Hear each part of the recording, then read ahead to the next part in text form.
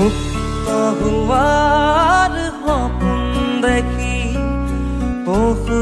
হোৱাত কিমান বাকী জীৱন দিয়াৰ ক্ষমতানো কাৰ জীৱন লোৱাৰ ক্ষমতা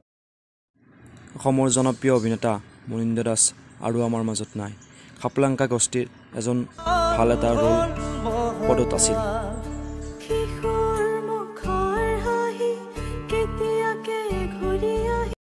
দীৰ্ঘদিন চিকিৎসা হৈ থকা অৱস্থাত মৰমৰ অভিনেতা গৰাকী আৰু আমাৰ মাজত নাই যোৱাকালি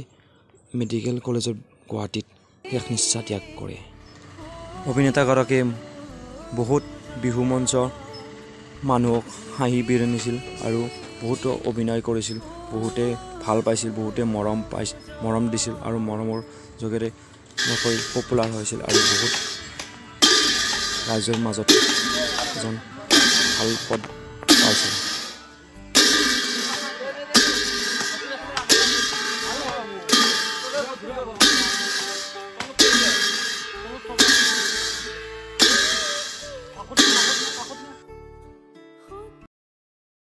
তেখেতৰ অভিনয়ে সমাজত ৰাইজৰ আগত হাঁহি বিৰিণিছিল জ্ঞানীৰ অৱেশ হৈ পৰিছে মৰমৰ মুনীন্দ্ৰ দাস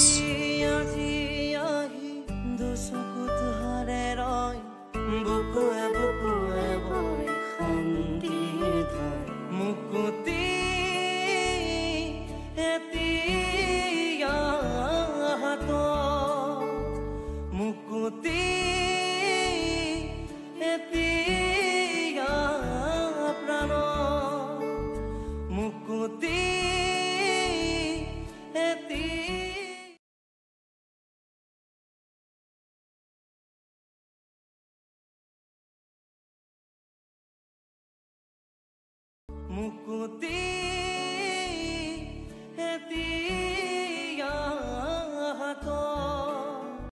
তেখেত য'তে আছে তাতে সুখত থাক শান্তিত থাক মোৰ শ্ৰদ্ধাঞ্জলি আগবঢ়াইছোঁ